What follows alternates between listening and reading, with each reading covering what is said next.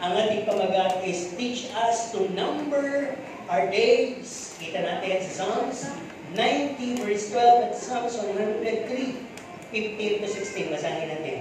Kaya ituro mo sa amin ang pagbilang ng aming mga kaarawan upang kami ay magtamo sa aming mga puso ng may karunungan. No? Tungkol sa tao, Psalms 103, 15 to 16, tungkol sa tao, ang kanyang mga kaarawan ay parang damo. Kung paano namumukadkad ang bulaklak sa parang, ay gayon siya. Sapagkat dinadaanan ng hangin at napaparang at ang dako niya kung hindi na malalaman. Kaya, di ba kinakanta natin yun? Na tayo ay parang damo, parang singaw, parang pawis lang, nandito for a moment, mamaya wala na.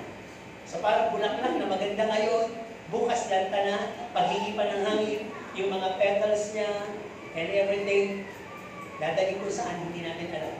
Magiging lupa din yun, o kung yun ay matutunaw na lang, nabasa, whatever. So ganun ang buhay ng tao. Di ba sabi nga nung kanta, ang buhay ng tayo parang isang awit. May simula, at may wakas. Kung kayo pamimiliin, since nabuhay tayo, andyan na kayo sa ganyang edad, lalo na yung medyo advanced sa akin, po, yung mga 70 na siguro, ay kung i-grant ba ang tao na hindi mamamatay, okay lang sa inyo? So, yung mga sumagot tayo, maaaring mangyari sa inyo. Abutan kayo ng pagbabalik ng Panginoon. Yung iba talagang gusto nang mamatay. Siguro, mababaw na kadahilanan, maraming utang, maraming problema, o sawi. Di ba? Pero tingnan natin. Ang sabi nga dito sa Bible, pag binasa niyo yung the whole chapter of Psalms 90, diyan binanggit na naman yung para bang sa Panginoon, 1,000 taon. Sa atin, yung isang araw sa atin ay 1,000 taon sa Panginoon. So parang tayo maikli lang. Samantalang ang Panginoon eternity, matapos na 1,000 taon, nandun pa rin siya, Diyos. Di ba? Kaya nagpapasalamat tayo dahil niligtas niya tayo. He wanted to impart to us His eternal being. Gusto niya rin na isang araw tayo may buhay na rin walang hanggan. Yung tanong ko kanina, pwede namang sagot yun sa eternity. Na hindi ka na mamamatay. Pero kung ikaw ay bibigyan na ng pagkakataon na hindi ka mamamatay, siguro yung mukha ka ng sanga, yung mukha ka ng punong kawi sa kulubot, kaya hindi ka na talaga. Siguro namatay na. Di ba? Wala na kahit anong gawin mong moisturizer, kahit pa maraming gelo ang puntahan mo, wala na. Hindi ka na mababanat, hindi ka na mauunat, hindi ka na didiretso. Papunta ka na sa pagkulubot, pagyukod, pagkuluntoy, pagtuyo, at pagiging malutong.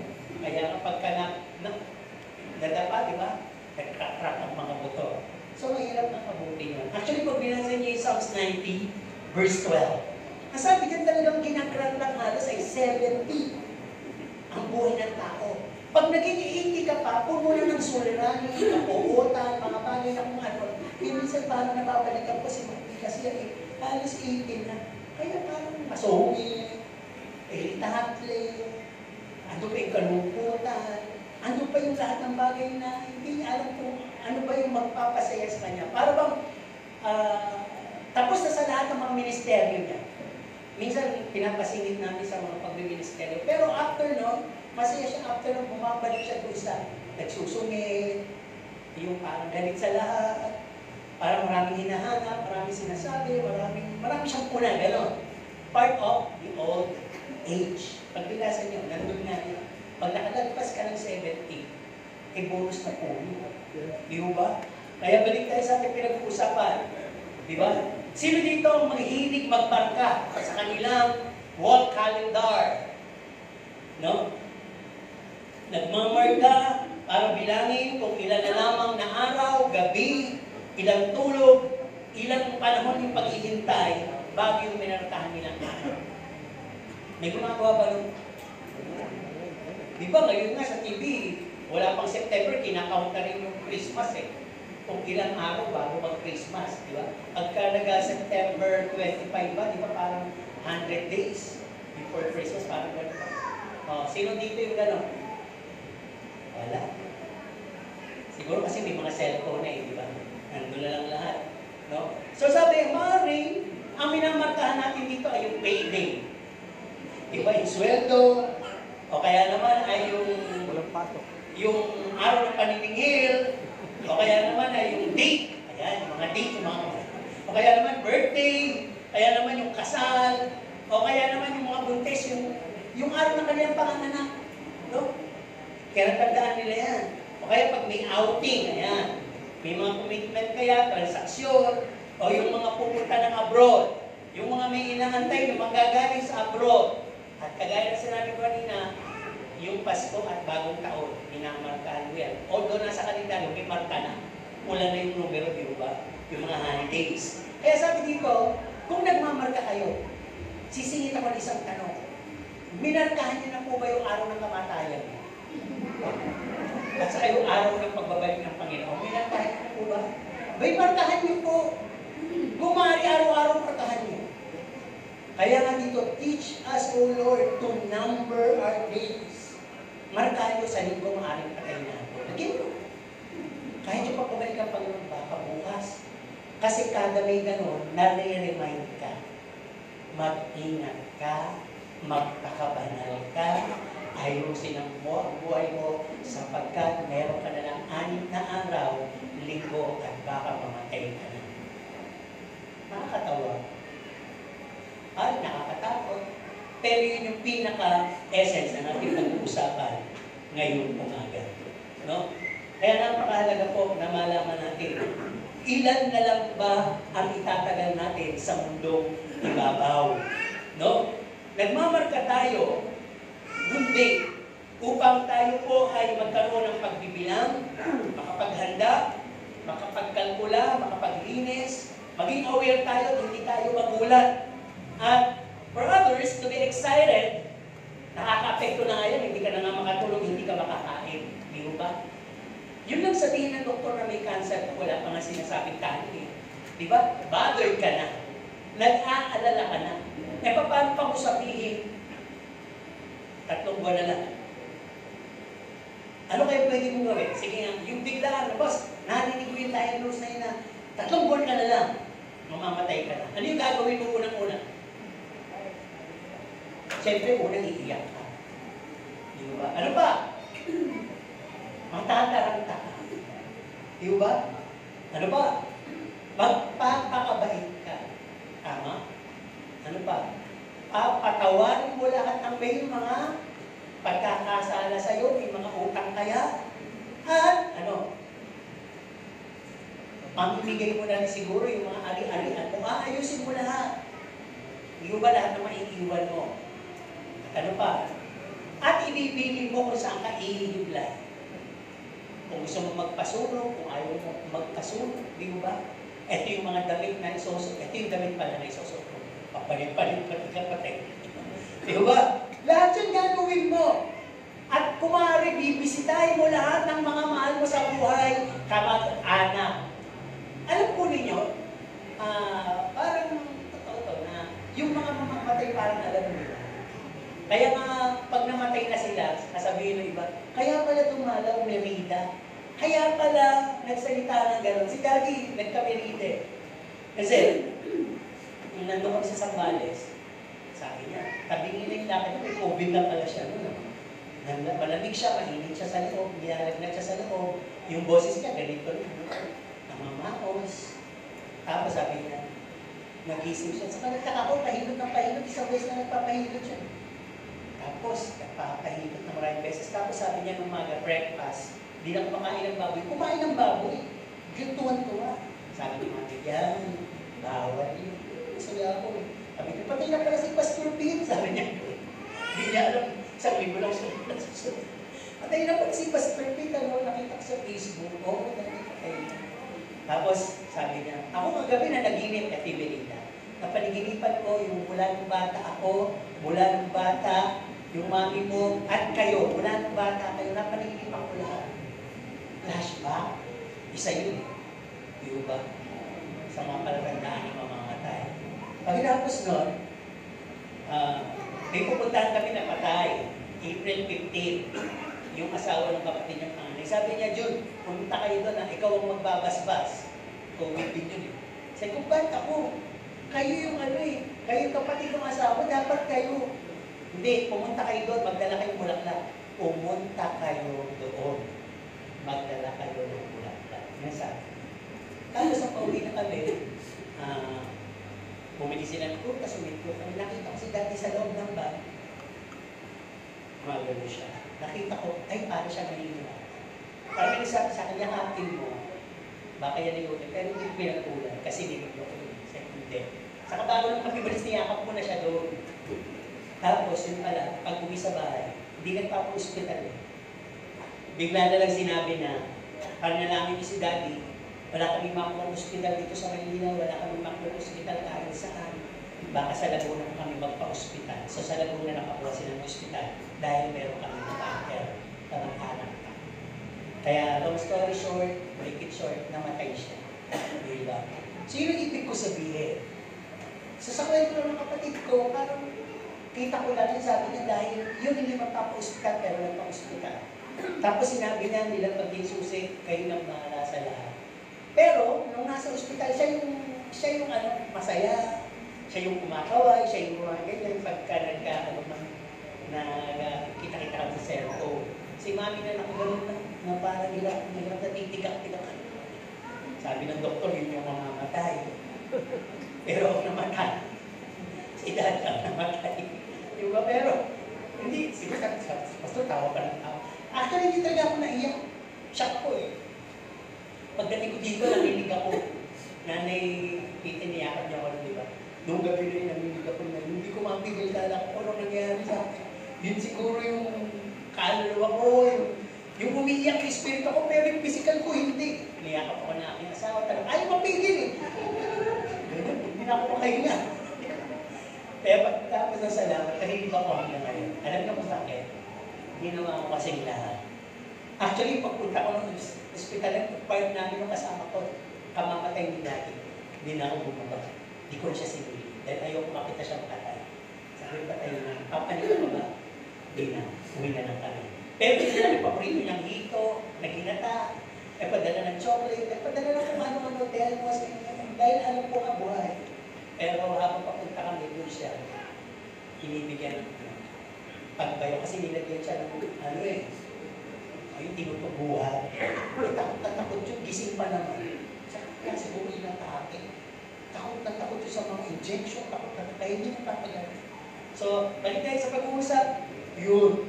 Di ba pagka ikaw minsan ay may sakit, sabi nga nung nagpatotoo dito noong Friday, pag tuwing dumadating yung sakit ay parang gusto ko, Lord, kunin mo na ako. Di ba? Lord, di ko na kaya. Sinasabit mo rin yung buhay ko sa'yo. Maganda yun kung tayo pinakakasiguro kung saan tayo pupunta. Siguro naman pag talaga alam mo saan ka pupunta, wala ka ng tawag, ialay yung buhay mo, di ko ba? Pero dun sa mga hindi sigurado, natatakot silang mamatay. Tanungin nga ng mga katabi, gusto mo na bang mamatay? Wala, di ba?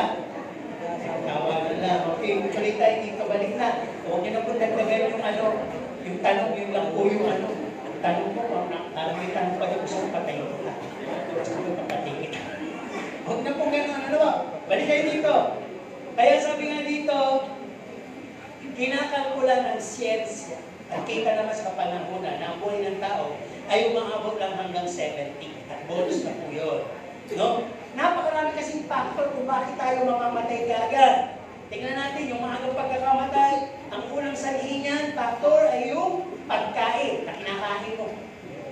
Pag ang mga pagkain mo yung mali at overeating ka, at lalo na yung mga bawal, yung mga mantika, mga bagay na iniintake mo nang hindi ka nag-iingat, iniisip mo, bata ka pa. Actually, talaga pag bata, di ba?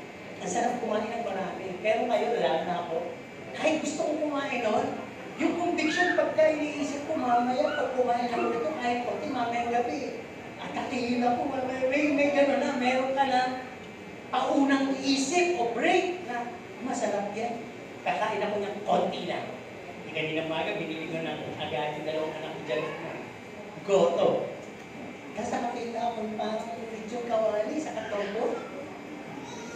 Masarap to katerno. Biglang may umugaw sa akin, tama na, mamantika yan. Di ba gusto mo yung mga anak mo maging malusog din? Eh, yung goto yan, may laman na yan ng mga laman loob eh. Uric acid na nga yan, dagdagan pa ng cholesterol. Hindi na ako, hindi na tapat baboy. Sa kanya naman ako kakain ng sila. Pero lahat ko sinasabi sa kanila, mahilig kasi yung mga yun ngayon sa soft drinks. Pare, matatamis na yun. Sabi ko, pag tumating na kayo ng 30, tigilan nyo na yan. Pagpakasaya na kayo ngayon, pero pag 30, tigilan nyo na yan. Exercise naman sila, pero hindi na po suitable yan. Pag gano'n likidan mo. Okay. Ano ba ang cause ng maagang pagkamatay? Yung abusado ka sa kalusugan mo. Yung bawas ang tulog mo. Wala kang oras sa tulog. Nag-cause para ng stroke, kidney malfunction, slow your metabolism, tataba ka. No, ano pa? Nagkakaroon ka ng mga dying cells o cancer, makalagis ang buhok mo, pumapayat ka, natutuyo ka, aging, tumatanda ka, at bone deteriorating. Kaya masasakit na yung buto mo. Pagtayo mo, naupo ka na matagal, pagtayo masakit. Lahat po yan ay 0 stage ng cancer. Wala pang stage 1, pero cancer na po. Yan. Pag sinabing cancer, cells that are dying. Pag nalalagasan ng buhok, lahat po tayo may cancer. Mild nga lang. Pag kumukulubot na yung ating mga balat, yan po yung mga pagtandaan ng cancer. Yung bang may mga namamatay na mas maraming bahagi sa ating lupang katawan. Kaya, habang libre pa ang tulog, matulog kayo ng maaga. Sa bahay, hindi ngayon. Okay, mag-practice dyan. Okay, ano pa? Kasi makala, pero hindi tayo pag sinasabi mo matulog. Diba? Tuloy tayo dito. Pag na-overexpose ka sa gadget, kala mo tuwan-tuwa ka. Yung mata mo ang dadahiin at utak mo. Lalo na yung mga bata. Nakakalit ng utak yan. Ano pa? Period days. Bakit ka mamamatay? Walang kabut-kabut. Naglalakad ka, sinaksak ka. Walang kabut-kabut. Binukot ka, nirape ka, pinatay ka, hinoldat ka. Yun pwede mangyari. Ano ba? Dangerous outdoor. Pwede paglabas mo, nasagasaan ka, na-aksidente ka. Hindi na-aksidente doon sa bumahan. Naghahanap buhay lang naman ng marangal, nagtitinda ng tinapay. Pauwi na. Eh, kaso may tumawa. Ihahabol pa yung konting kita. Pagligo nila, sinalubong sila ng Genesis na bus. Di patay sila ng dalawa. Diba sa konting kita lang, yun ibig ko sabihin eh, pauwi ka na, mamamahinga ka na. Kaya lang pinag-iinayan mo kayo, paliit na kita. No, tingnan natin, punta dito, pag-usapan yun, ako na ko yung nagkwento. Ano bang pwedeng mamatay ka agad? Sakit. Stress ka kasi, at napakarami mo iniisip, kaya magkakasakit ka. At pag nagkasakit ka, yun ang isang door para mamatay ka ng maaga. Alam po ninyo, ang mga tao sa buong mundo, meron sila kasing mindset eh. No? Para pag iniisip na yung future, pag sinabing future, matagal pa, mahaba pa. Ang mindset ng tao, kasama tayo doon lahat, gusto natin ay umaman, maging sikat, at maging makapangyarihan. Kaya dahil dito, gusto natin magkaroon ng magandang trabaho, magkaroon tayo ng magandang pagkakakitaan, pagkakakilanlan para tayo maging famous, at maating natin mga posisyon, kapangyarihan sa gobyerno. Di ba? Kaya naman, marami nagtitake risk, makuha lang to. No, yung iba ay talagang kahit magkaroon ng threat sa buhay nila. Di ba? Ito dahil balita. Malayo pa yung eleksyon, ay pinapatay na agad yung mga katunggaling. Ilang barangay captain na ba, o mga pinagpapatay, inapos, di ba, pinagpapabarin. Dahil lang sa agawan ng kapangyarihan. Pero ang tao kahit hindi ganun, ipupurso yung gusto ko. Gusto ko magkaroon ng kapangyarihan. Kaya kahit magnakaw ka, magkaroon ng korupsyon, magkaroon ng holdapan, kahit na-ibenta mo yung sarili mo, di ba, pinapagtaan natin, kahit magulang binibenta yung anak for sex. Di ba, pornography, kumita lang. Lahat gagawin ng tao. Kahit na makapasok ka na sa drugs, sa smuggling, suhol, mga bagay na pwede kang yumaman ka agad. At patayin mo yung mga ka-rival mo sa politika, gagawin mo, maating mo lang yung tinatawag na riches, popularity, and power. Yan ang mindset ng tao. Dahil ang iisip ng tao, matagal pa ako mabubuhay. At gusto ko maranasan yan sa buong pagkakataon na habang ako'y buhay. Pero tanong, is that what life should meant to be? Doon ba talaga nilalaan ang buhay natin? Doon ba tayo dinisign ng Panginoon nang mabuhay ng sukdulan at mawala kagad, mamatay o mapatay dahil doon sa sukdulan pamumuhay natin? Di ba? Kasi marami walang alam. Gagalit ha, meron din dito. Hindi alam yung pupuntahan pagkatapos mamatay. Dalawa lang yun eh. Langit at impyerno. Di ba sinasabi pa? Mauna ka na kay Satanas. Di ba? Ibig sabihin, mauna ka na susunod ako. Di ba kahit sa mga palabas sinasabi, ikamusta ko na lang ako kay Satanas. Kumpadre pala din si Satanas, di ba? Madaling sabihin yun, eh ano kung mapunta ako sa impyerno? Madaling sabihin, pero yung mga taong nandun na ngayon, wala na nga lang makarinig ng kanilang mga daing at iyak, ay gusto nilang marinig yung salita, gusto mo bang magsisi? At gusto nga nila magsisi kung bibigyan ng pagkakataon. Pero ang tao na wala pa doon, na sa lahat ng pangangaral nakapasok yung paalalang magsisi ka, ayaw mo ng pansinin sa panahon ngayon. Pagkituloy tayo, mindset pa rin, di ba? Commonly heard kasi, narinig natin ito sa mga taong sekular. Di ba? Sabi nila, basta mabait ka, basta magbigay ka sa mahihirap, ako na ba ito, wala akong inaagabyado, pupunta ka sa? Totoo naman, di ba? Sabi nila. At kapag ikaw ay marangal, mabait, at talagang maunawain, mapagkapwa-tao, at talagang disente, pupunta ka sa? At kahit na ba namatay ka, na medyo ikaw ay masama, as long as marami kang kamag-anak, ikaw ay papanalangin nila, at pupunta ka sa? Yun ang alam ng tao. Di ba? Kaya sabi nga dito, sabi pa ng isang mga napapanood natin sa TV, mga host ng mga sikat, lahat naman tayo pupunta sa langit. Isang araw. Unang-unahan lang yun. Amen po ba doon? Uy! Amen po ba? Lahat. Kahit mga tao hindi na makilala sa Diyos. Kahit na ba, napakarami mong kamag-anak at ipanalangin ka pa nila. Kanya-kanya po tayo, kaligtasan, kaya habang buhay ka, pagsumikap ka, hindi pwedeng wala kang paglilingkod, wala kang pagsusumikap, tapos pag namatay ka, magbibili ka sa mga kamag-anak mo, panalangin niyo ko ha, magbigay kayo ng kaloob nang mapunta ako sa langit ha. Wala po, hindi po access yung papunta sa langit.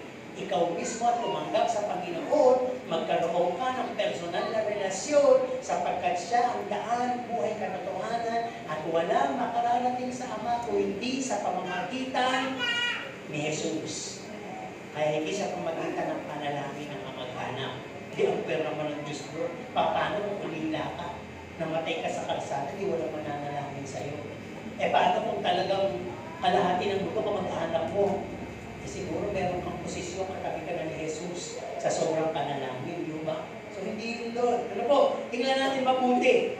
Punta na tayo dito. Sabi nga dito, sa unang bahagi, teach us to number our days. Napatapunto tayo dito.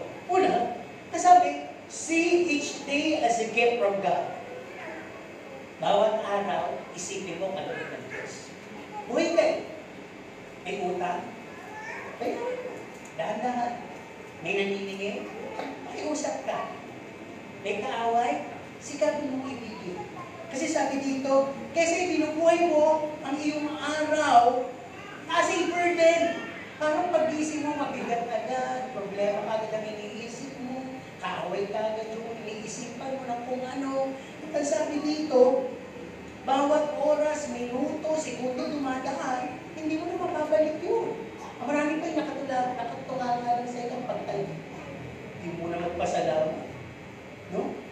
Nakatunganga, sabi dito, instead na i-waste mo mga oras mo sa katamaran, sa pagtutulala, sa pag-iisip ng mga petty issues, at mga pagpalagpas ng mga pagkakataon, eh bumangin ka. Di ba? Pagpag mo yung sarili mo, umisip ka. Ano ba pwede mong gawin? Magtanim ka kaya ng sili, talong sitaw sa bakura. Di ba?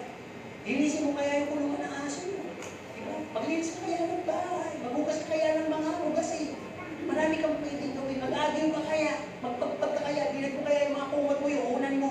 Diba? Pumunta mo naman. Diba? Ang dami mong pwedeng gawin. Sabi nga dito, you must fill your system with spiritual things. Baka naman kulang ka naman sa mga spiritual. Manalangin ka, magbasa ka ng Bible, mag-quote ka ng verse every day.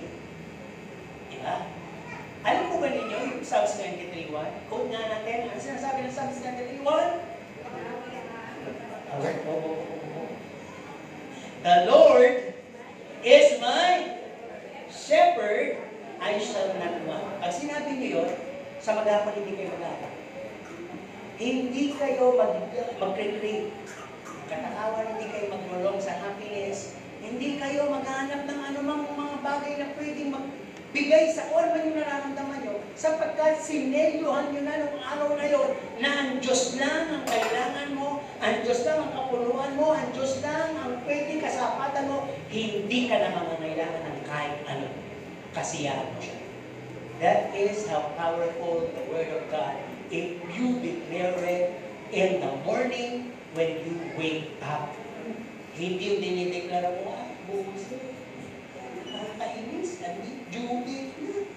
Ano pa yan? Pupuntahan ako dito, umiinom daw lang, maliit. Pag lahat inisip mo, bukas makalawa, igagampanan mo rin naman yun, magbabayad ka rin naman. Pupunta ka rin naman. Bakit kinakailangan patandain mo yung sarili? Di ba? So fill yourself with some spiritual things. At sabi nga dito, our time isn't inexhaustible. Ano ibig sabihin nun? Inexhaustible. Huwag mong isipin na mahaba pa ang panahon. Huwag mong isipin malusog ka, malakas ka, mayaman ka. Ang isipin mo, yung pwede mangyari sa'yo physically. Hindi ako nananakot. Pero kung lagi kang aware tungkol sa sarili mo, makapag-iingat ka, di ba? Sabi ko sa anak ko ng nagmamaneho ka, bakit ko? Hindi ko nilalat, hindi naman kayo. Bakit kung mga tricycle at motor? Tayo na yung huli, mabilis. Pagkas natin, wala naman tayo kasunod. Pagsisili. Pwede naman maganda yun. Di ba? Kaya pag gano'n, itilip ko sa taas at may nag-a-attend, bubusin na ako talaga ng malamang patid sa kanila. Parang may ito siya. Di ba? Kasi minsan pag hinto mo, hindi naman andar. Pag andar na andar ka rin, hindi nasa po. Di ba? Nasa puno. Nasa puno. Para bang inuuna agad yung gulong bago tumingin. Kaya ang aksidente ka dyan. Kaya kung iisipin mo ang halaga ng buhay, mag-iingat ka. Minsan pwede ka naman tumuwid pagtapos itong tato, wala na eh. Pipilitin mo pang makipagpatintero. Sabi ko lagi sa anak ko, ako kayo papuwid, ubusin yung mga sasakyan. Siyempre, may sabi ng pilosopo yun. Ang tagal-tagal maubos. Kahit sa oras mga basta ubusin nyo. Para yung lane. Kasi minsan nakatawid ka dito nakatingin. Pagdating dito, meron palang parating o may overtake. Di ba? Gano'n eh. Nagbigay yung isa, pero yung kabila, hindi napansin kung ba't huminto. Pinagbigyan pa lang tumawid yung isa, nasa punto doon. Di ba? Pinagmatay na bata dyan. Gano'n. Kaya yung buhay natin, hindi natin alam. Baka saya-saya mo nakatapat ka sa isang building na may construction, may babaksak pa lang. Napakalaking bato, napakaraming kahoy. Nakatulala ka pa, cellphone ka lang ng cellphone. Hindi ka man lang nanalangin sa pag-ingatan ka. O baka mamaya may parating na pala nasasaksakin ka, papatayin ka, ibabalik ka sa sako, dudukutin ka. Yun yung mga pwedeng mangyari. Kaya teach us, O Lord, to number our days. Commit yourself or your time to God. Pangalawa. Yun ang ibig sabihin ng teach us to number our days. Ano ba ibig sabihin ng commit? Alam po ba ninyo yung word na commitment? Ano yung may commitment na relasyon? Marriage, friendship, ano ba? Yung mga maglilino, maglilina, di ba? Sa bata, commitment yan, tandaan niyo. Ibig sabihin, nagtatalaga ka na magmula ngayon, magsasama tayo. Magmula ngayon, magkaibigan tayo. Magmula ngayon, inaanak kita, parang anak kita. Parang gano'n. Pag sinabing commitment or commit your time to God, maglaan ka ng oras sa Diyos. No? Ang sabi nga, God gave it to us, yung buhay natin, not to waste it. Hindi para sayangin o i-mishandle mo to. Simula yan doon sa pag-iisip mo kung paano ka tinutulungan ng magulang mo makapag-aral, makapagtapos, at ikaw naman napipili na magiging asawa mo, na magiging buhay mo, na magiging trabaho mo. Lahat po yun. Dapat i-commit mo sa Panginoon para yung guide makuha. Para maging maganda. Kasi minsan na, good Christians na, nagkakaroon pa rin ng problema. And even spiritual leaders, couple, nagkakaroon pa rin ng problema. Ba't ko alam? Kasi nagkakaroon ng Bible school May mga classmate ako, pastor-pastora, yung mag-asawa na, nagtatagyakan pa. Diba? Parang pastor-pastora, yung nagpapatuwang. Di ba ba? Kung hindi mataas ang unawa mo, matitisip ka. Bakit ka matitisip? Nag-aaral ka nga magpastor Ibayaan mo sila. Yun ang way nila over-familiarity. Siguro. Kaya kung titignan po natin, napakaraming pwede mangyari sa buhay natin. Tandaan po ninyo, ang buhay nyo, bawat araw nyo, ang sabi dito, we are all accountable for it. Kung paano natin ito ginagamit yung buhay natin sa bawat araw na lumilipas. Nabubuhay mo ba yan sa kalwalatian ng Diyos? O nabubuhay mo sa ikagagalit ng Diyos sa'yo? No? So, ang sabi nga dito, teach us to number our days to gain a heart of wisdom. Alam po ninyo yung taong matalino, yung may kaalaman, may kaunawaan. Halimbawa na lang sa literal na aplikasyon. Pag nakasuot ka ng malinis, pipiliin mo bang dumaan sa maraming putikan o sa maraming kumadala pwede kang talsikan o mag-iingat ka? Sasabayan mo ba ng pagtawid yung mga humaharurot, yung mga pwede magkaroon magbigay sa iyo ng dumi ng mga kapamakan o mag-aantay ka? Yun ibig ko sabihin. Pag may guidance ka, lahat ng step mo, sabi nga, the step of a good man. Pag sinabing good man, blessed, or ordered by the Lord. Ang Diyos ang merong pakidon. Ang Diyos ang merong patuntunan doon kung bakit nagiging ayos yung hakbangin mo. Diba? Kaya napaka-liwanag na, ang sabi nga dito, how can we put it to action? Na yung makumit natin yung time natin sa Panginoon. Sabi ka, number 1, di ba sabi na kung nahihingi ang karunungan, nahihingi din ang tulong sa Panginoon, Lord, help me in my schedules. Help my time to be more useful, to be useful wisely and efficiently. At yun lang yung binabanggit sa inyo, na Lord of all potentials, tulong mo nga sa akin na maging potential ako. Na hindi ako ang buhay na parang linggo lamang ako Kristiyano. Alam ko, Lord, tinuturuan mo kami mga anuluwa. Bigyan mo ako ng potensyal na araw. Potensyal na lugar, potensyal na magkakataon, at potensyal na tao. At alam ko may potensyal ako, magagamit. Ayan, pag ganyan ka na, ay talagang meron pong kapakinabangan. Yung mga dinadalangin mo rin, bakit hindi tutugunin ng Panginoon ay nakaayos sa tagatugtong? Di ba? Kung itinuturo ng ating pag-aaralan ngayon is to teach us to number our days. Turuan mo kaming bilangin ng mga araw namin na kung ilan na lamang. Sa tingin mo, dadasal mo Lord, payamanin mo ako ng ubod yaman. Lord, makain ko yung lahat ng masasarap na pagkain. Lord, makakilala pa ako ng mga sikat, ng mga politika, ng mga artista. Lord, bigyan mo pa ako ng kapangyarihan. Magagamit ko yun sa iyo.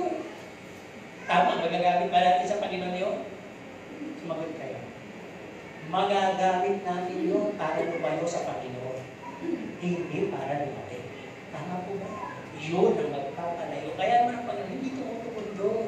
At kung hindi kayo tinutugon ng Panginoon doon sa mga hiling na yun, it means God loves. Kung kayo, may anak, humihingi na pa rin, ibigay.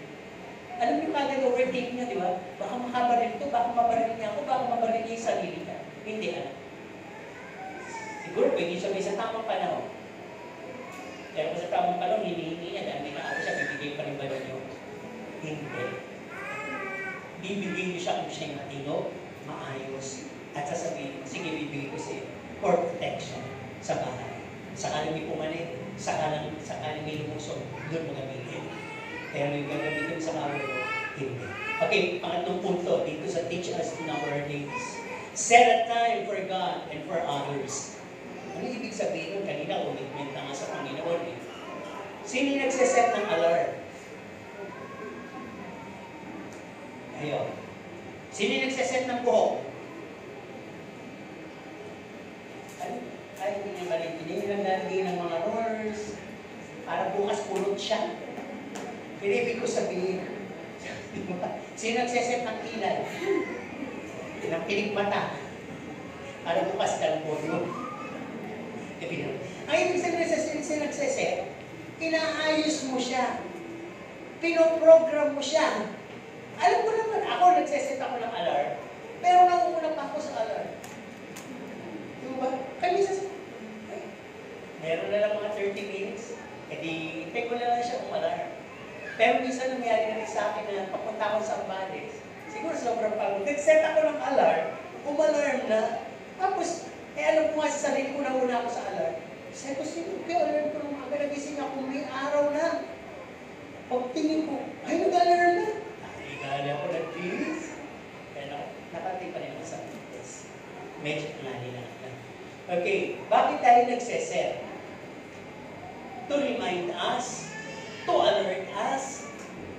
Ito kasi, di ba? Nagseset ba kayo ng time para sa Panginoon? Nagseset ba kayo? Nagbubukod ba kayo ng oras para sa Panginoon at para sa ikaw? O lahat na lang puro sa sarili niyo? Ibig sabihin pala niyan, we may claim we're busy for God. Christian ka? Oo, busy kami. May mission nga kami. Oo, nangangalulugan na kami. Ay, may upcoming concert nga kami sa August 25. Eh di, tayo na. Diba? Amen, amen, amen. Diba? Diba? Tayo na.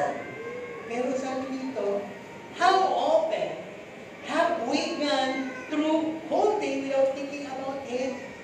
Baka nararanasan, kung naranasan ko dati ko na parang Kristiyano ka, pero kung ilang araw na, hindi mo naman siya talaga naalala eh. Bakit? Hindi ka naman nagpe-pray. Kain ka lang agad. Transact ka lang agad. Desisyon ka lang agad. Kuha ka lang agad. Nang hindi ka humingi ng guidance. Ama? Gising ka lang agad. Ligo ka na agad. Tulog ka na agad. Pagod ka sa hapon. Diba? Hindi ka na sumilip sa Bible. Kinuha mo yung Bible. Iniba mo lang ng lugar.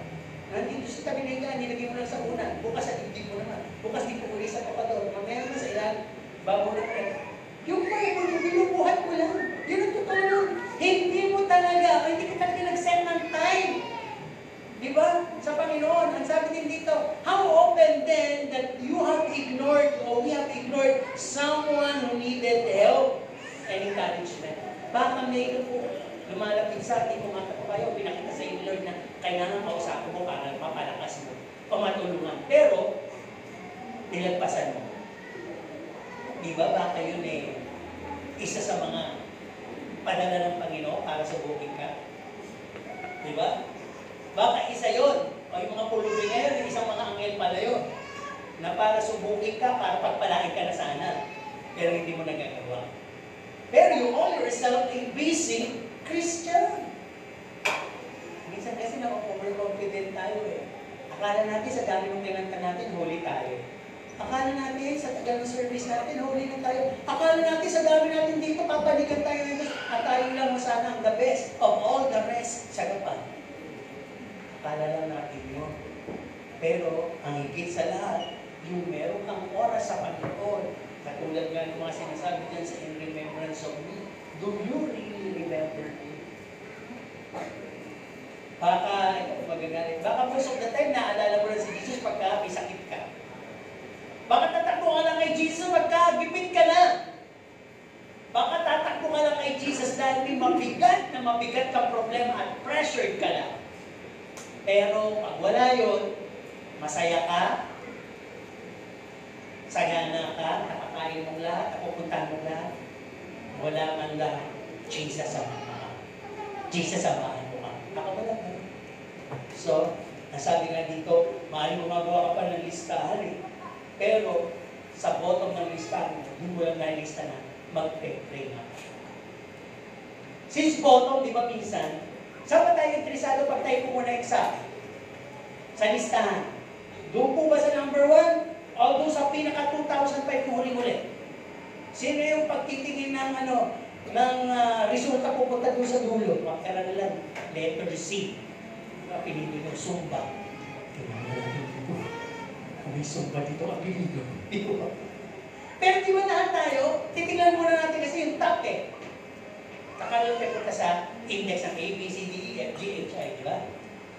Doon tayo lagi sa una. Baka ang Panginoon nilagay na natin sa huli. Di ba sabi ko nga, we don't mind the latter list. Hindi natin pinagpagkain mo huli, hindi mo kain mo. Baka nilista mo nga magpe-pray ka, pero hindi mo naman nasunod yung mga listahan na yun. Tandaan po natin, Bible interprets Bible. Konektado pa rin dito ang Matthew 6:33. Seek first Jesus. At pang-apat na punto dito sa teach us to number our days. Take time for your own needs. Sabihin mo sa katabi mo, take time for your own needs. Alalahanin mo naman yung mga kailangan mo. Sabihin mo, alalahanin mo naman yung mga kailangan mo. Huwag puro ako. Baka nililibre kayo, baka nila, crush kayo niya. Ay, bayaan ko lang. Kung wala nililigaw sa inyo, sige, bayaan lang. Pero kung hindi naman naliligaw, di ba, huwag yung pahirapan, baka siya na lang lagi kaya. Pakituloy tayo dito. Ano ibig sabihin yan? We all need rest and recreation. Hindi nyo ba nakita these days, mga kumpanya, meron na silang team building. Dati wala naman. Bakit may mga gano'n? Abay, lumabas naman tayo, sangkapin natin ang hangin. Puntahan natin yung magagandang lugar. At doon tayo gumawa ng mga palaro, team building para lalo tayong magkakilanlan, magkaroon tayo ng fellowship, magkaroon tayo ng tinatawag na common talk. Diba? Kaya ginagawa ngayon yun. Kasi nga, ang isip ng tao ngayon ay masyado nang polluted sa kakatrabaho,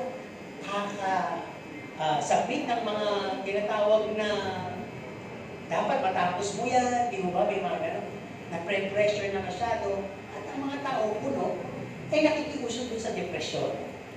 Ay sabi ng mga kumpanya, magkaka-depression yung mga tao natin, maglagay tayo ng team building, di ba? Actually, maganda yun. Kailangan natin lahat yun. Even in Mark 6:31, Jesus said to His disciples, "Come with me by yourselves to a quiet place and get some rest." Sabi niya sa mga disipulo niya, halika, sumama kayo sa akin. Kaya na kayo magdala ng kung ano-ano. Punta tayo sa isang lugar na tahimik at tayo ay mamahinga. Yun ba? When we come into the presence of the Lord, we rest. Namamahinga po yung ating body, soul, and spirit. Ibig sabihin, kinokomfort tayo ng spirit ng Panginoon ngayon. Ano man yung napagdaanan mo, the whole week, problema ba yan? Sakit ba yan? Alalahanin ba yan? Rest in the presence of God this very moment. Pero hindi kasamaan ng tulog. Pag sinabing rest, relax lang. Alisin yung kaisipan tungkol sa bahay. Alisin yung kaisipan sa pupuntahan mamaya. Stay and rest. Diba? Yung ginanatin mo nakarinig ko, di ba? Lumang kanta yun eh. I come into the King's chamber and worship before His throne. Bakit kami nandun sa King's chamber? O sa King's Tabernacle Church? I come into the King's chamber for His glory shall be shown. Ipapakita kasi, ipapadama ng Panginoon yung kalwalatian niya dito. Kaya sinasabi ko sa inyo kanina, magtaas kayo ng kamay para makuha niyo yung kalwalatian. Dahil ang Panginoon, kung ako hindi nagulugod doon sa pagpupulig walang pagtataas ng kamay, Panginoon pa kaya? Eh, hindi naman ako nagpapasangla. Alam ko lang naman yung para tulpunan ng pagsangla. E paano bababa yung kalwalatian kung hindi naman kayo tunay na sumasamba? Kumakanta lang kayo, nagaganda lang kayo sa tugtog, nagaganda lang kayo dito. Pero sa puso't isipan nyo, wala. Magalit na kayo. Dahil ako talaga ay worship leader din. Hindi ako magpapakanta, nakakanta lang ako na nasasiyahan lang kayo sa kayo. Gusto ko makita buhay din kayo sumasamba. Pwede nga lang taas ang pa, bakit hindi? Kaya ngayon pa, meron din motivation, ipadyak mo. Di ba? Ganun yan. Ang sabi nga nung kanta, nung kiki pa kami, when the devil start pulling your hands. Pulling. Naka-statue ka mas masama. Shake it loose. As fast as you can, as hard as you can. And raise it up to God. Amen, di mo ba? Lahat ng mga victories, pagtapos manalo, ganito ba? Yeah! Tatawa kayo? May ganun ba? Yung kahit na nanalo sa boxing, sa wrestling, pagka nanalo, anong ginagawa ng referee? Tama. Hindi lang nanonood ng boxing, wrestling video. Puro lang TikTok. Di ba ang ginagawa, no? Brother Rican uli ang ginagawa? Tataas ang kamay. Hawakan muna yung dalawang kamay. At yung kung sino yung panalo, Tataas. may account ba si Moises dyan? Di ba meron? Pag nakikipaglaban sila at nakataas ang kamay ni Moises dalawa, ano nangyayari? Nananalo si Moises. Pero pag bumaba yung kanyang kamay, natatalo. Kaya ang gagawin ng mga kasama niya, ano? Tutumura na. Kaya ako yung tuhod. Pinipilit ko kayong pataasin ang kamay pag nagpupul sa kanila. Dahil yung nakataas ang kamay, yun lang ang victorious worshiper. Huwag kayong magalit. May tinitingnan ng Panginoon. Doon lang sa pinili na mga isasama ni Gideon. Painumin mo sila! Meron pa tinitingnan ng Panginoon. Alam niyo yung mga uminom ng dinakdak yung ulo na parang aso. At may uminom naman na umaarte. Sino pinili? Umaarte talaga sa nila eh. Yung uminom na nakaganon lang. Sorry po. No, tama eh. Ano kasi maarte eh. Di ba parang kayo these days maarte? Talagang okay. Bakit daw yun? Kasi yung mga yun, alisto yun. Habang umiinom, kung ba kami kaaway. Samantalang yung umiinom ng dukdok, eh mapupugutan ang ulo yun. O baka may buhaya pa rin. Nakain yung ulo. Kaya dito, alam din ng Diyos, yung nagtataas ng kamay. Sorry to disappoint you. Kung hindi kayo nagtataas ng kamay, you don't get any victory in worshiping God. Sumayan lang kayo. Sa totoo lang, sumayan lang kayo. Kaya ulitin nyo ha. Pag mga worship song, ganyan na kayo. Sa next song, ganyan na kayo. Maghelay-helay na kayo, magpaganda kayo. Maghelay na kayo. Magsig-masig na kayo. Huwag itaas yung kamay nyo. Pag ako nakabalik dito sa pagbili ng kanta sa inyo, sisigaw ko. Tingnan nyo mamaya sa story ko. Bilagay ko yung worship. Tingnan nyo yung solens ko. Nakilaro na kayo. Di ba nagtatas ng kamay? Yung penguin.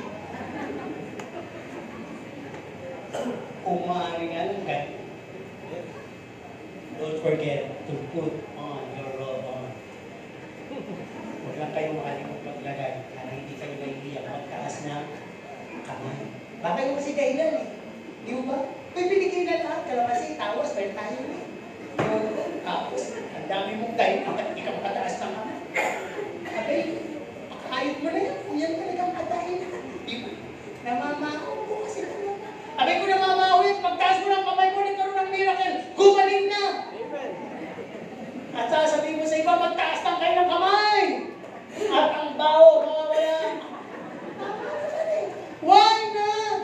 Miracles happen when we are a real victorious worshiper unto God. Natawa lang kayo, pero ito po yung sinasabi ko. Amen po ba? May makasigit mamaya pagka tayo po yung susole. Okay, ang sabi dito, teach us to number our days, yun ang yung huli. Ang sabi, Jesus required time of rest and have a healthy lifestyle. Avoid natin yung lack of sleep, improper eating, kasi yan ay susceptible to Satan's attack. Doon kanya pwedeng atakihin. Pag kulang ka sa tulog at hindi ka kumakain ng mga masusustansya at magiging kang lulugo-lugo, madali kung bigyan ng sakit. Di ba? Pero pag nakikita rin ang kaaway na matalino tayo, hindi lang tayo Kristiyano, marunong tayo sa lahat na aspect ng ating buhay, tabi siya na. Pangatlong bahagi, o pangalawang bahagi pa lang, may pangatlong pangkakat pa.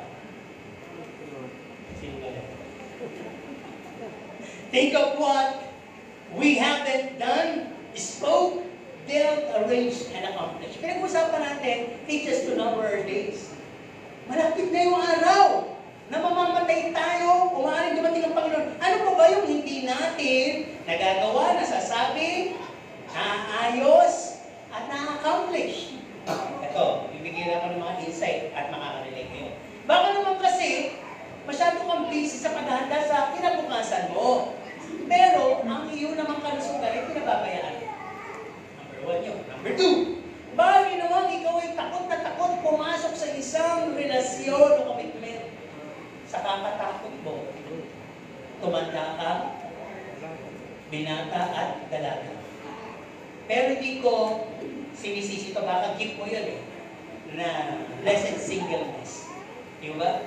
Sabi mo na talagang hilig sa mga to partner o to have a relationship with the opposite sex. Wala talaga, may ganong tao. At sabi dito, baka naman masyado ka nang binigay maraming pera, marami sa mga pangailangan na yung anak, sinasasabog. Pero napapabayaan mo na ituro yung kalagahan ng yung hirap sa pag-iipok ng salapi, yung pagkakaroon ng magandang ugali at yung respeto. Number 8. Baka naman din, mayaman ka, meron kang malaking lupain at meron ka labing 2 anak. Baka, at malapit ka nang mamatay, ay baka hindi mo pa naaayos, napaparte-parte sa kanila yun. Ay gulo po yan. Di ba?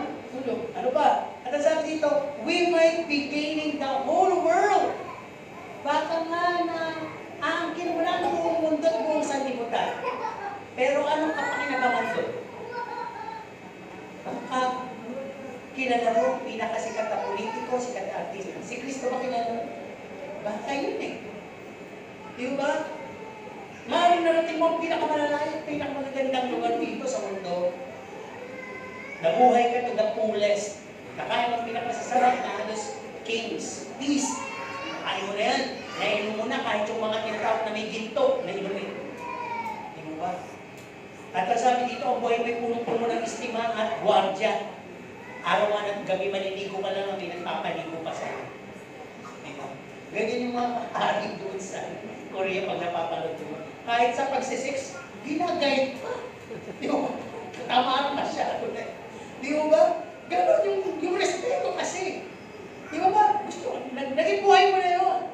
Pero sabi nga dito, it's all just a history if we neglect to leave a good legacy. Na nakamit mo lahat, wala ka namang naiwang magandang halimbawa, magandang buhay. Lahat yung pag-uusap lang tungkol sa'yo, tinuturo ka sa history. Diba? Sino ba si Magena? Sino ba si Napoleon? Diba? Sino-sino ba sila? Sila Hitler? Sino mga history? Pero may magaganda bang legacy na naiwan? Wala. Diba? Kaya kung bahagi, bumibilis ang panahon. Hindi nyo ba napapansin, bumibilis ang araw? Bumibilis ang panahon, ang oras. Di ba para kasi simula lang natin, pero matatapos na pala tayo. Sabi ni Ivan, tagal na eh. Bahala kayo. Pinipigit ko aking kumbinsin. Hinadaya nila ng sarili niya. Magituloy tayo, itong bagay sabi, teach us to number our days. Other implications na ito. Ano ba pinamotivate na ito? Sabi dito, tutulungan ka ng Diyos na malaman ng measure kung ilan na lang ang panahon mo sa mundo. He will remind you na temporary lang ang mundo, ang lugar mo sa mundo, na ang buhay mo ay katulad ng isang hininga, laway, kalsik ng laway, pawis o singaw. Job 7:7. Sino yung tinatalsik ka ng laway, galit na galit, maghapon ang lupa yung laway. Hindi po laway na tumalsik yung turano yun. Malaki. Pero kung laway lang yun, katulad isang kasal tapos, matalsik lang yun. Diba? Di ba wala naman yun eh. Ba't pinapahin ko eh? Makita nyo, di ba? Yun ay ibig ko sabihin. Mawawala yun. Yung mga patak na yun, mawawala. Ganun ang buhay natin. Ano pa sabi dito? Parang isipin mo na ang buhay ay parang usok lamang, parang bulaklak lamang, amoy lamang, na nandito ngayon, mamaya wala na. Lahat mo ba umutot? Simula kanina, hanggang ngayon, alam ko may umutot na. Sa kinakain lang kasi yan eh. At pagpipigil. Pag walang amoy, balad sa kinain. Tama. Gulay. Kasi amoy cauliflower na. Pero pag nangalinasaw ng sobrang samayan, beef ang kinakain. O kaya pork. Di ba? Pero salamat sa Panginoon, mas marami yung parado yun. Kaya walang reklamo. Tuloy tayo ha, walang reklamo. Okay, sabi dito, naging example kasi ako. Di ba pag may motor mo aamoy, mamaya wala na. Bakit? Nasakot mo na eh. Hindi ka nagtira sa iba. Lalo na kung ikaw yung mareklamo. Kasi tinabihan mo. Nung naamoy mo sa yung motor, amoy ko. Papunta na sa iba, tuwa ka pa lang mo. Okay, tuloy. Masaya na ang lahat. Balik tayo sa ating pag-uusap. Another way, bakit ginagawa ng Panginoon na o sinasabi na binangin mo ang araw mo? No? Nire-remind lang ng Panginoon na bilang tao may simple nature ka. Hindi mo maiiwasang magkasala araw-araw. Malapit ka ng mamatay, malapit na kang dumating, pinapaalala ko lang sa'yo na mag-repent ka. Di ko ba pag sinabi, bilang na araw mo kaya nasa kulungan ka, sisilya electric ka, ilang araw. Di ba, anong naiisip ko? Pagpakabait na. Di ba iba nagpapadala ng pari sa kulungan para pagdasal na sila. O kaya mga pastor, magsisi na tanggapin si Kristo. Bakit? Eh mamamatay na eh. Parang ganun. Kaya sinasabi dito, naisipin mo isa kang makasalanan, pero isipin mo lamang magsisi, hanapin mong biyaya ng Diyos para maligtas ka sa judgment of the second death. Wala makapagsasabi, seryoso ka, kung hanggang kailan ka. Di ba, meron mga nagsabi, kausap ko lang isang araw, namatay na pala. Ang lakas lang na naglalakad lang, namatay na pala. Uminom lang, namatay na pala. Kapatiran nga natin eh. Di ba, nagpahinga lang sa init, nagsugal-sugal na konti, yung buko, natuwa. Di na nakatayo, namatay na pala. Ganun, kabilis ang buhay. Sabi ko nga, ilang beses ko na nararamdaman yung umiinom naman ako ng tubig. Pag talaga nagsunod-sunod yung subo ko, ilang beses kong nararamdaman yung hindi na ako makahinga. Sasabihin na, ano nangyayari sa'yo? Kahit parang mamamatay ako, hindi ko pinapantas na lumalabas ako. Labas ako ng labas ng hangin. Lahat ng ininom ko, kinain ko, lumalabas ako. Pero ayaw tumigil. Parang ko sinasakal pataas. Hindi ako makalulo ng tubig, gusto ko lumulo ng tubig. Ayaw pumasok. Pero sikip-sikip na sikip-sikip. Sabi ko, Lord, this is it. And sign of the age. Ingat, hindi na pwede mabilis ang kain. Mumuya. Ito yung tumatanda pa, talagang wala na rin laway. Diba? Kaya pag talagang wala ka ng laway, pagod na nung, ito, kaya boss. Diba? Pero pag malaway ka, ang lakas ng boses mo. Oh! May talsik pa yun. Healthy pero gamitin niya sa pagpupuri. Huliin ka, Panginoon! Kaya yung mga tatalsikan ng lawa, sumunod na lang din kayo. Purihin ka nga. Di ba huwag pag-ahalik? Kaya lang naman gano'n yun, ginawa niya with all of His might and strength. Ano ba pinapalala? Ano way God make us know to number our days? Ang sabi dito, matuto daw tayo mabuhay araw-araw na may pagpakumbaba. Ano daw? Pag nagpapakababa ka, itataas ka. Acceleration. Kasama na yung pagtaas sa langit. Ang sabi dito, matuto kang i-acknowledge na ikaw ay kahit mayaman, sikat, kailangan mo ng eternal grace. Kailangan mo si Jesus. Hindi mo pwedeng sabihin, wala na akong kailangan. Ako na ang mayaman, makapangyarihan, pinaka-matika sa lahat. Kailangan mo.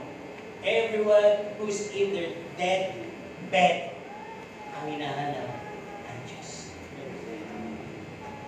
Kaya nga lang iba, maling Diyos ang tinawagan. Patawag mo na yun. Paluputan ng rosaryo. Pag napuluputan ng rosaryo, sige, nanay, mamatay ka na, nakapalupot na. Diba? Hindi po yun. Kailangan ng pagkilala, acknowledgement. Teach us to measure our days, ang ibig sabihin dito, para mag-gain mo ang wisdom. That you may live a righteous life toward God. Alam po ninyo yung, hindi tayo perfecto, pero araw-araw dapat binababal. Marami ako narinig dito, yung parang may ginagawa ka, tapos biglang may bubulong sa'yo, anak ba niya? Dapat na naririnig yung small voice na yun. Sino nakakarinig nung gano'n? Amen. Sino naman dito yung mga spiritual na bingengot? Sinasabi na Holy Spirit, wala pa. Kasi pag hindi gano'n, iba na po yung nagsasalita. Magpakabuti ka. Hindi mo naririnig, magpakasama ka. Hindi mo manarinig, pero nagpapakasama ka. Ibig sabihin, ang napapakinggan mong boses, ay boses sa kanilin na. Kung ano yung ginagawa mo these days, yun ang pinakikinggan mong boses. Pero pag boses sa Panginoon yan, ang lagi lang yan sasabihin sa'yo, pumayapa ka. Mahal kita. Huwag ka mag-alala. Hindi kita iiwan. Iwan ka man ng kahit sino sa mundo, ako lang ang kasama mo. Ako lang ang magtatanggol sa'yo. Ako lang tawagin mo, mahal kita. Ayaw mo lang kasing pasang, pero mahal kita. Hindi kita susukuhan. Sukuhan ka man lang, hindi kita susukuhan. Kaya pag may problema ka, kaya mo yan, anak. Pag nasa kadiliman ka, anak ako iwan mo. Huwag ka matakot. Pag may mga gano'n at pinakikinggan mo yun, yung mga hindi negatibo, Diyos po yun. Holy Spirit. At gaganda ang buhay. Ano ba sabi dito? To make that most of each day we're given, we should strive to fulfill the two important commandments. Kaya pala sinasabi ng Panginoon, teach natin, o ni David, teach me to number our days. Sa panahon natin, in Revelation ngayon, teach us to number our days. Gawin mo na agad yung dalawang commandment. Love God and love your neighbor. Iyon ang dalawang greatest commandment. Di ba may 10 commandments? 1 to 5 ay tungkol po yun sa Panginoon. Yung 6 to 10, tungkol naman yun sa kapwa mo. Inati nila sa New Testament. Dahil pagmahal mo ang Diyos, susundin mo yun lahat. Yung pagmahal mo ang kapwa mo, susundin mo lahat yun. Kaya, sikapin natin yun. Hindi natin perfectly magagawa agad yun. Pero sikapin natin yun. Lagi natin sabihin o deklaran, Kristiyano ako. Dapat iba ang kilos ko, iba pananaw ko, iba mindset ko. Ako'y binago na, inalis na ako sa padron ng mundo. Ang akin ang padron ay yung tungkol sa kalangitan. Yun ay yung mga bagay na tinitingnan ko, minimiti ko, pinapangarap ko. Kasi pag puro gano'n, mamamatay ang panlupang kasiyahan, ang panlupang interes sa kayamanan, ang panlupang interes sa kapangyarihan, mawawala.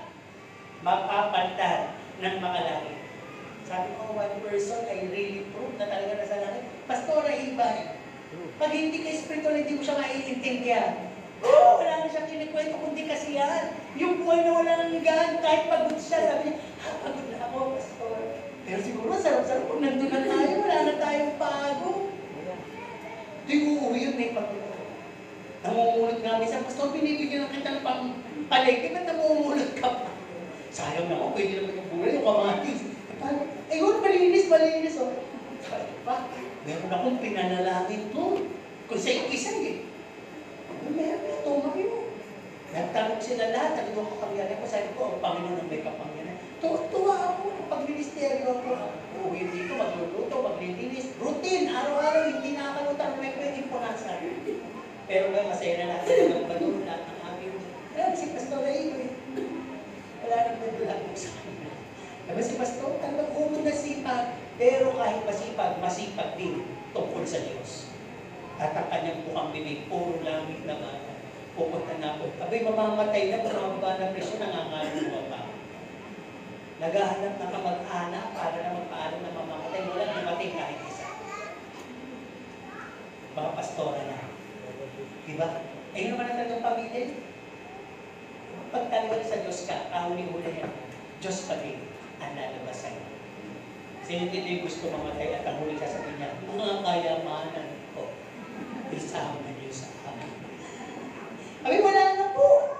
Kahit isuot pa sa inyo yung pinakamamaanin yung damit na may mga tinatawag na jacuzzi. Yung mga bato-bato ng hapon na yan. Diba? Swarovski, may mga ganyan, may mga perlas, may talagang ang ipin nyo may ginto. Abay, baka ang inyong libingan dukalin at sinsingin ang ipin nyo dahil sa ginto. Di ba? Wala kayong madadala ng kahit. Alam niyo yung meron kami kapitbahay na matay. Napakayaman, nagmabait siya. Nahihiraman namin sa sasakyan. Pag kami gawa ay nagbibigay siya. Pero hindi siya ligtas na yung tungkol sa... Wala siya, basta siya, ang kanyang sa buhay ay mag-share dahil mayaman siya. Napunta na ibang bansa, kung yan na doon namatay, natake, nagtabaan. Alam niyo naman namatay, nagsunog sila ng halos 3 million na pera. Kaya talaga sinunog literally. Nanihinayan yung mga nagsusunog, kaya pinakabantay. Bakit daw? Yun ang kanyang gagamitin sa buhay na pangalawa para makapagsimula siya ng business. Sabi mo sa maliit pa nga yun eh. Kung tutusin, sa pumunta niya maliit pa yung 3 million na yun. Kung kayo ang nandoon, susunugin niyo ba yung pera? Kaya nga kayo hindi na doon eh. Dahil hindi kayo makasagot ngayon. Hindi kayo. Ako nga nung nabalitaan ko, kayo masayang-sayang naman yun. Pero ano naman pakiko doon, di mo? Hindi ko naman busyo, hindi ko naman kano. Kaya lang, nabalitaan ko lang, maraming may kailangan.